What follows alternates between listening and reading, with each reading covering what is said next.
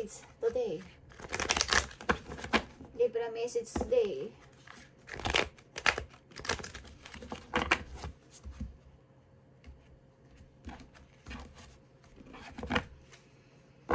Message para sa mga Libra today.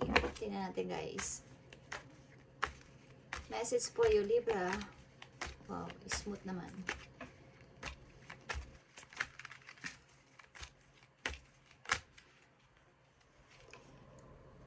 Page of Pentacles, someone is want you, Libra. I want to offer something to you, Libra. Ano man to is, parang gusto niya i-try na i-offer, mag-offer sa'yo ng maliit, maybe maliit na bagay to. Libra, I need message for Libra.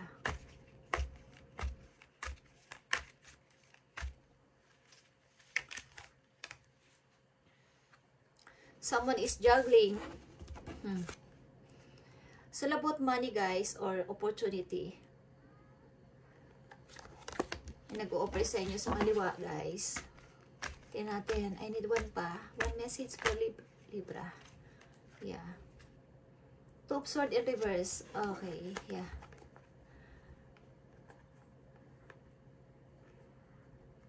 Mari may nag-o-offer sa'yo na isang person. Then, may isa pa. Hindi mo alam kung anong gagawin mo dito. Sino kaya ang tatanggapin ko ang offer? And finally, meron ka ng piniling offer. Okay, Libra? Meron ka ng piniling offer. The Two of Swords is reverse. At yeah, this is your new adventure. The Fool is here. And meron ka na rin pinili. Okay, mukhang kayo ay nakinig sa inyong intuition. Libra, ilan sa inyo is nakinig o makikinig sa inyo sinasabi ng inyong parang guidance, okay, ng yung mga sign is nakita nyo na ang totoo, okay, nakita nyo na yung totoong dapat ninyong piliin at totoong dapat ninyong gawin. Mukhang meron na kayong napili o napagdesisyonan dito. Sabi natin, yeah, mabubuo ba kayo ng pamilya guys? Taon na to is pakakasalan kayo or tingnan natin, ano na nangyari sa inyo Libra? Nakapamili na ba kayo guys? Kung meron kayong pinagpipilian, nakapamili na kayo. Tingnan natin. Queen of Swords, yeah. Nakapamili na ako, I will. Wala na akong pakialam kung may magalit sa akin o may magtampo o may... Okay. Four of Swords. Okay, mukhang kayo ay nakapag-ipon na ng lakas ng loob, ng energy at tapang. Okay guys, sa ilang Libra, matapos ninyong masadlak sa isang pain o mahirap na situation, maaring kayo ay nabuo na ulit nyo ang sarili ninyo. At nilabas nyo yung pagiging isa nyong Queen of Swords. Mukhang practical decision itong gagawin ninyo guys, Libra. At wala na kayong pakialam kung may magalit sa inyo, okay, or may magtampo. Yeah, Ace of Swords. Alam nyo na kasi ang totoo. And marami na kayong parang natutunan sa nangyari about sa inyong mga napagdaanan. Parang meron na kayong natutunan. King of Pentacles, okay, this is you or isang person na iyong pinili. At ito ay maaaring hindi ko alam kung may humahabol sa inyo o may itigil ang kasal. Okay. Maaring may nanggugulo pa sa inyo sapagkat mayroon na kayong pinili. Okay. Meron na kayong pinili. Mukhang may humahabol o may against dito. But, kailangan nyo na piliin ito o kailangan ko na piliin ito. Isang taong may kaya guys. Okay. Para may nabuo na sa inyong isipan, Libra, na ito na. Ayoko nang mamili ng matagal. Ito na yun. Buo ng isip ko, nakapag-desisyon ako. At wala akong pakialam kung may magalit o magtampo sa aking desisyon. Okay? Nagtatalo lang dito is Pentacles and Sword. Ang ibig sabihin nito, opportunity, money, and action, okay. And communication, okay guys. Parang clear. Ace of Swords is here. Clear na ang mind nyo dito sa inyong decision. Ano ang message mo dito sa Libra dahil sa kanilang ginawang pagdedesisyon o gagawing pagdedesisyon? Kung hindi pa to nangyayari sa inyo, malamang ito ang gusto nyo mangyari, okay? Ano ang maiipayo mo dito, Spirit Angel, sa kanilang practical decision na gagawin?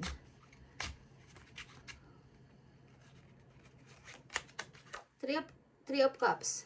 Ito ay isang good news. Celebration ito, guys. Okay? Celebration ito. At ikakatuwa mo to. Ace of Pentacles. Okay, guys, Libra. Yung opportunity, bagong buhay, na may kasamang money. Okay.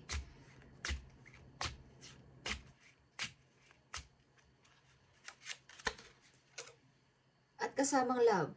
Ace of Cups. Okay. May kasama ng money, may kasama pang love ang inyong pinipili. At yeah, Six of Pentacles. Napakaganda, guys. At Eight of Cups and Seven of Cups. Ito isang offer na ginawa nyo ng practical para sa inyong sarili. At wala na kayong pakialam kung may magalit sa inyo o basta gagawin nyo ang inyong napagdesisyonan at ito na yun. Left and right kasi may nag-o-offer sa inyo, Libra, at ito na yun. Meron na kayong pinagdesisyonan o mapapagdesisyonan. Kung hindi pa ito nangyayari is mangyayari pa lang to sa inyo, at kung hindi nyo to kayang gawin is maaaring dapat yung itry. Okay. Ang isang practical decision para sa inyo sarili. May money na, may love pa. Okay. And this is a celebration and good news para sa inyo. Three of Cups, Ace of Pentacles, and Ace of Cups. Okay. Bago itong pag-ibig, abundance din to, guys. Okay, guys. Tingnan natin. Ang payo sa inyo dito sa inyong napagdesisyonan, guys. Libra. Yeah. Two of Abundance, guys. Bigyan nyo lang ng balance ang inyong private life.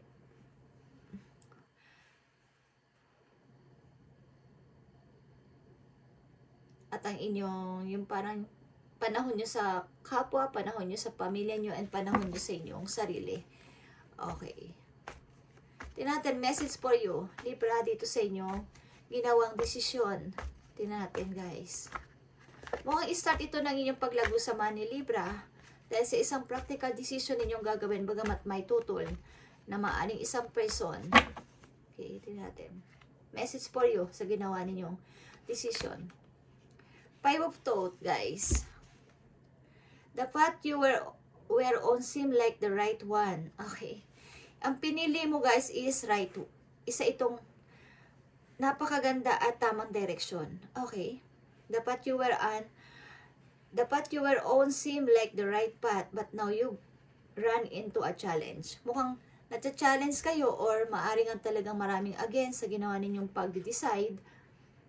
There's a better direction for you that will make you much happier in the end. Changes are necessary so that you can get back on track, Libra. Avoid negative people who are draining or who bring unwanted drama into your life. Okay? Avoid. Nakita nyo to. Putulin nyo ang mga taong naghahatid ng drama sa inyong buhay, unwanted drama into your life. Huwag nyo silang pakinggan, guys. Pag kayo ay papunta sa pagsasucess. Okay?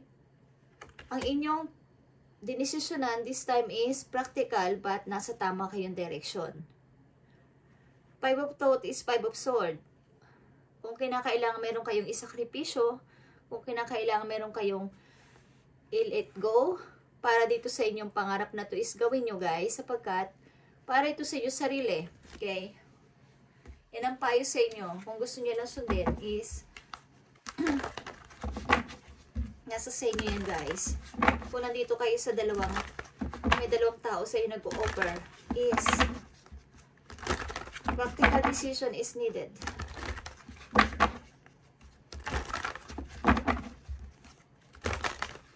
Kung kinakailangan putulin nyo sila sa inyong landas o alisin sa inyong landas, gawin nyo katulad ng Queen of Swords.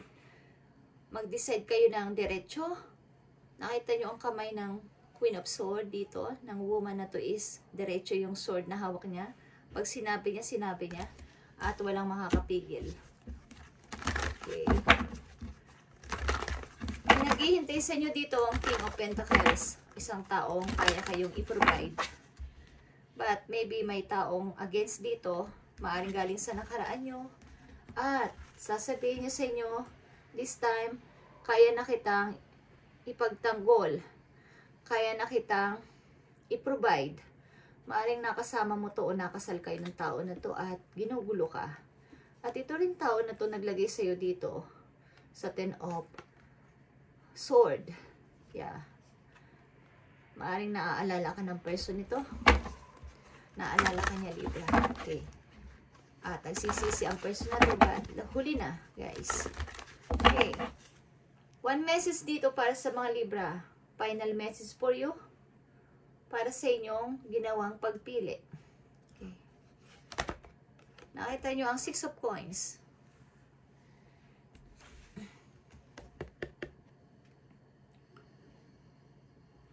Winter sa labas.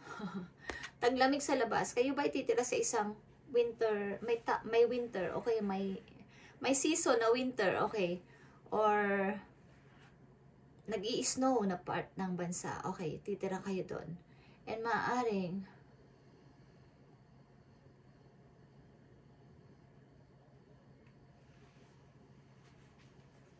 nakita nyo ang pentacle sa inyong paligid, guys.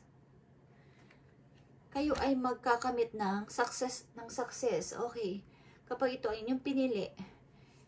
6 of Pentacles.